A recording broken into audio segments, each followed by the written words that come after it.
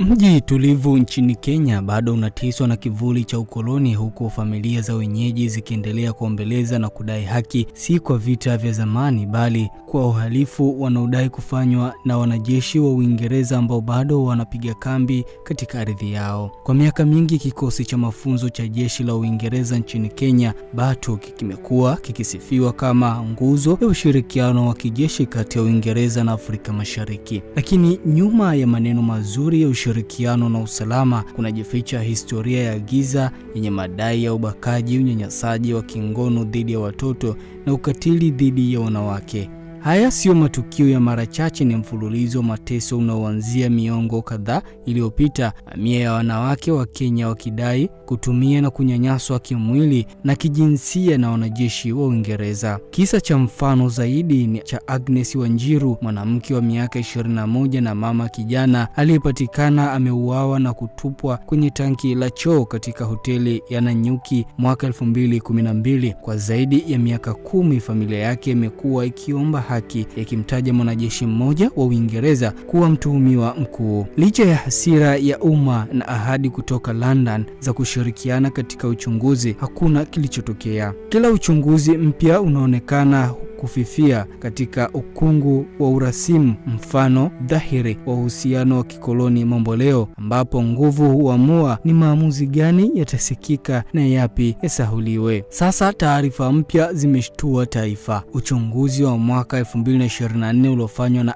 ITV na gazeti la The Guardian umeonyesha kuwa baadhi ya wanajeshi wa Uingereza waliokuwa wakifanya mafunzo nchini Kenya walijihusisha kingono na watoto wa kike, wengine wakiwa na umri wa miaka 13. Waathirika walieleza kubakwa na kutumiwa, wengine wakibeba mimba na kupata matatizo maisha ya kudumu. Wizara ya Ulinzi ya Uingereza imeahidi kuchunguza, lakini kwa Wakenya wengi samahani zao zinaonekana tupu na zisizo na uaminifu. Huu sio tu uonevu wa mtu binafsi, huu ni mtihani wa uadilifu wa maadili ya Magharibi. Mataifa haya ambayo huyahubiria Afrika kuhusu haki za binadamu, usawa jinsia na utawala wa sheria, sasa yanakabiliwa na tuhuma nzito za kuruhusu au kufumbia macho uovu unaofanywa na wanajeshi wao. Unafikiri huu ni wazi kama mchana? Ikifanywa na wanajeshi wa Afrika, hukumu ni ya haraka. Magharibi hutangaza vikwazo, shutuma na majukwaa ya potovu. Lakini wakosaji wanapobeba bendera ya Uingereza, ghafla diplomasia inasema tuvumiliane, tufuate taratibu na uchunguzi wa siri. Matokeo yake ukimya unavaa sura ya ustaarabu. Ukweli usiofurahisha ni kwamba uwepo wa jeshi la Uingereza nchini Kenya mara nyingi umeendeshwa kwa jeuri ya enzi za ukoloni. Chini ya makubaliano ya sasa, wanajeshi wa Uingereza wanaotuhumiwa kwa uhalifu nchini Kenya mara nyingi huponea kushtakiwa chini ya sheria za Kenya. Makubaliano haya yanayotetewa kwa kisingizio cha ushirikiano wa ulinzi yamewapa kinga dhidi ya wajibikaji kwa Wakenya wengi. Hii sasa si tu dosari ya kisheria, ni fedheha ya kimaadili. Suala si uwepo wa mwanajeshi wa Uingereza, ni ujumbe unaotumwa kwamba uhai wa Mwafrika una thamani ndogo kuliko heshima ya mgeni. Kila simulizi ya mwathirika inapocheleweshwa, pouzwa au kufichwa kwa kisingizio cha kidiplomasia, ujumbe mmoja unasikika wazi: nguvu za Magharibi bado zinashinda haki ya Kiafrika. Bunge la Kenya limechukua hatua, limefungua upya uchunguzi. Waathirika na mashahidi wamesimulia hadharani kubakwa, kugongwa na magari, hits and run, na kutelekezwa na wanajeshi waliorejea Uingereza bila adhabu. Mashirika ya haki za binadamu kama Amnesty International yanakadiria kuwa zaidi ya visa 650 vya unyanyasaji wa kingono vinavyohusisha wanajeshi wa Uingereza vimeripotiwa Kenya tangu miaka 1980. Vingi havijawahi kufikishwa mahakamani. Kenya na Afrika kwa ujumla inastahili ushirikiano wa heshima, si wa kihorela. Ni wakati wa Nairobi kurejesha makubaliano yake ya kijeshi na London ili kuhakikisha makosa yanayofanywa na wanajeshi wa kigeni yanashughulikiwa kwanza na sheria za Kenya. Nchi inayoheshimu utu wake haiwezi kukabidhi haki zake kwa mkoloni wa zamani. Hadithi ya Agnes Wanjiru na ya wasichana waliofichwa na hofu haipaswi kufa kama takwimu tu, inapaswa kuamsha dhamira ya mataifa yote mawili. Ikiwa Uingereza itashindwa kutoa haki, itathibitisha kile ambacho wengi wa kusini mwa dunia tayari wanaamini, kwamba dira ya maadili ya magharibi huonesha upande wa maslahi yake yenyewe tu. Na huo ndio utakuwa msiba mkubwa zaidi, kwamba baada ya miongo ya uhuru, uhalifu wa utawala wa kikoloni unaendelea, si kwa bunduki na bendera, bali kwa ukimya na ukwepaji haki. Hii ni ripoti ya Media wa Express, habari fupi mahiri kwa Afrika, na mimi ni Hassan Magulumali.